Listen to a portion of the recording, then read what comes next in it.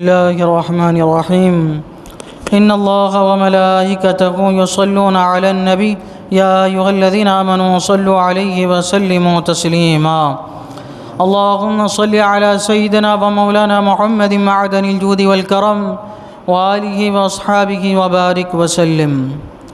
أعوذ بالله من الشيطان الرجيم. بسم الله الرحمن الرحيم.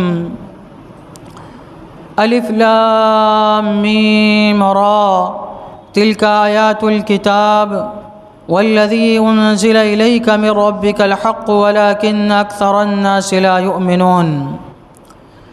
یہ کتاب کی آیتیں ہیں اور وہ جو تمہاری طرف تمہارے رب کے پاس سے اترا حق ہے مگر اکثر آدمی ایمان نہیں لاتے. حضرات گرامی، ہمارے تفسیر کی شروعات رمضان شریف کے بعد سے آج یعنی 13ویں شب شوال المکرم سن 1445 ہجری بروز منگل، آج سے انشاءاللہ ہم اپنے تفسیر کی ابتدا کرنے جا رہے ہیں. اس سے پہلے رمضان شریف جو گزرا، رمضان شریف سے پہلے ہماری تفسیر سورہ یوسف ختم تک ہوئی تھی. اب یہ جو سورہ ہے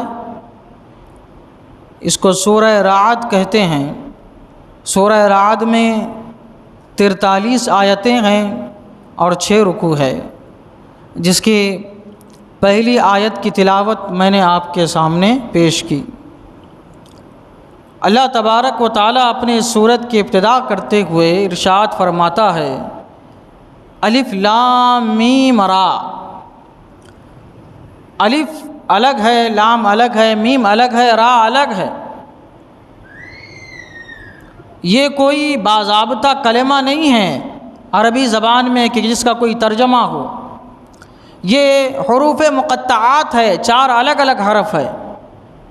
اب اس کا معنی کیا ہے، مطلب کیا ہے، مفہوم کیا ہے، ترجمہ کیا ہے، یہ اللہ اور اس کے رسول ہی جانتے ہیں. ان کے مطلب میں ہم نہیں پڑھ سکتے.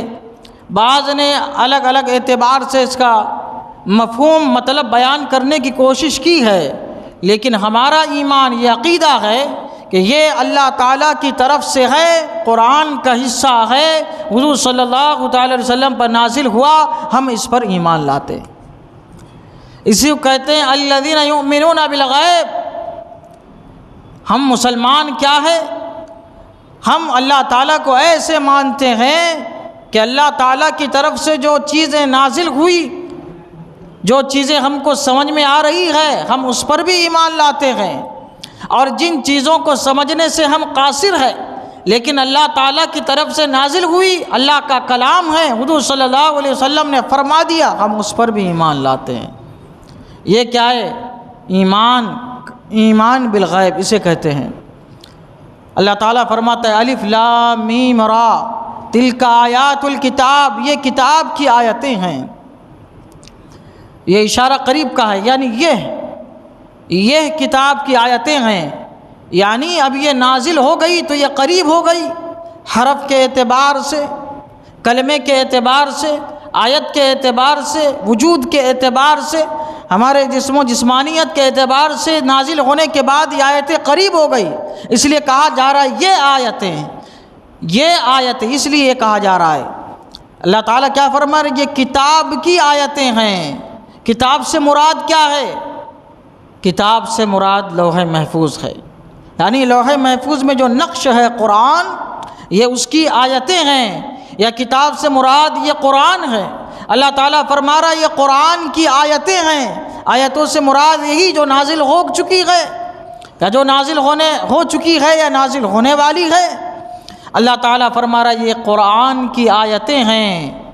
آیت کا لغوی معنی نشانی کے ہے، تو اللہ تعالیٰ فرما رہا ہے یہ قرآن کی نشانی ہے. یہ کتاب لوح محفوظ کی نشانیاں ہیں، یا پھر یہ کہ یہ قرآن کی آیتیں ہیں جو نازل ہو چکی ہے یا جو نازل ہو رہی ہیں، یہ قرآن کی کیا ہے؟ آیتیں ہیں۔ اب اس میں دیکھیے کتاب سے مراد تو قرآن کریم ہے، آیتوں سے مراد یہ آیتیں ہیں یا نشانیاں ہیں۔ اب آگے چلیے، آگے اللہ تعالیٰ فرماتا ہے یہ کتاب کی آیتیں ہیں، والذی انزل الیک من ربک الحق، اور اس کی تفسیر کرتے ہوئے اللہ تعالیٰ فرما رہا ہے آیتوں کی، اور وہ جو تمہاری طرف تمہارے رب کے پاس سے اترا حق ہے۔ اللہ تعالیٰ کی طرف سے جو بھی نازل ہوا، اللہ تعالیٰ فرما رہا ہے اے محبوب جو تمہاری طرف نازل ہوا سب حق ہے۔ یعنی یہ آیتیں جو نازل ہوئی سب کیا ہے؟ حق ہے۔ حق کے 3-4 معنی آتے ہیں۔ حق کے معنی آتے ہیں مضبوط ہونے کے، حق کے معنی آتے ہیں سچ ہونے کے، حق کے معنی آتے ہیں ہر حال میں مفید ہونے کے، فائدہ مند ہونے کے، کارآمد ہونے کے۔ اللہ تبارک و تعالیٰ فرما رہا ہے یہ سب اللہ تعالیٰ کی طرف سے حق ہے، یعنی سچ ہے، مضبوط ہے، ہمیشہ ہر حال میں یہ جو آیتیں اتر رہی ہے ایک مسلمان کے لیے کارآمد ہے، مفید ہے۔ اب دیکھیے اس میں یہ کہا گیا جو تمہاری طرف اے محبوب اترا تمہارے رب کی طرف سے۔ اس وحی کی 2 قسمیں ہیں جو اترتی ہے حضور صلی اللہ علیہ وسلم پہ، وحی جو نازل ہوئی اس کی 2 قسمیں ہیں، ایک ہے وحی جلی اور ایک ہے وحی خفی۔ وحی جلی قرآن کریم کو بولتے ہیں، اور وحی خفی اللہ تعالیٰ نے جو ہمارے حضور صلی اللہ علیہ وسلم کے قلب مبارک پہ جو نازل فرمایا، جو باتیں القاء کی، قرآن کی شکل میں نہیں، آیتوں کی شکل میں نہیں، جو باتیں اللہ تعالیٰ نے آپ کے دل میں ڈالی، جو آپ کے زبان سے نکلی، جن کو ہم اپنی زبان میں حدیث کہتے ہیں، حدیث اس کو کہتے ہیں وحی خفی۔ تو یہاں پہ صرف قرآن کے بارے میں ذکر نہیں ہو رہا ہے، اللہ تعالیٰ فرما رہا ہے جو وحی جلی ہے، جو وحی خفی ہے، اے محبوب جو کچھ بھی اللہ تعالیٰ کی طرف سے تمہاری طرف اترا سب کا سب حق ہے۔ یعنی ہمیں قرآن کریم کو بھی ماننا ہے اور حدیث مبارکہ کو بھی ہم کو ماننا ہے، بلکہ قرآن کریم کو ہم بغیر حدیثوں کے سمجھ ہی نہیں سکتے۔ حدیث یہ کیا ہے؟ تفسیر بیان کرتی ہے کس کی؟ قرآن کریم کی۔ اللہ تعالیٰ فرماتا ہے سب حق ہے، وَلَٰكِنَّ أَكْثَرَ النَّاسِ لَا يُؤْمِنُونَ، مگر اکثر آدمی ایمان نہیں لاتے، لوگوں میں سے اکثر یعنی ایمان نہیں لاتے، انکار کر دیتے ہیں کہ اللہ کی طرف سے آیت نازل کردہ نہیں ہے، یا یہ کہتے ہیں وحی جلی کو تو مانتے ہیں لیکن وحی خفی کو ہم نہیں مانتے، یا کہتے ہیں کہ بعض کو مانتے ہیں بعض کو ہم نہیں مانتے، یا ان آیتوں کا اللہ تعالیٰ کی طرف سے ہونے کا انکار کر دیتے ہیں۔ اللہ تعالیٰ کیا فرما رہا ہے؟ اکثر نہیں مانتے، اکثر یعنی اللہ تعالیٰ پر ایمان لانے والے اہل حق وہ ہر زمانے میں کم رہے ہیں۔ باطل جو ہے وہ ہر زمانے میں اکثریت میں رہا ہے، لیکن اہل حق ہر زمانے میں کم رہے ہیں، لیکن اللہ تعالیٰ کی تائید ہمیشہ ان کو حاصل رہی ہے۔ اللہ تعالیٰ کی بارگاہ میں دعا ہے قرآن کریم سیکھنے سمجھنے اور اس کے مطابق ہم سب کو اپنی زندگی گزارنے کی توفیق عطا فرمائے۔ اشہد ان لا الہ الا اللہ واشہد ان محمدا عبدہ ورسولہ وصلی اللہ تعالی علی سیدنا محمد وعلی آلہ وصحبہ اجمعین برحمتک یا ارحم الراحمین۔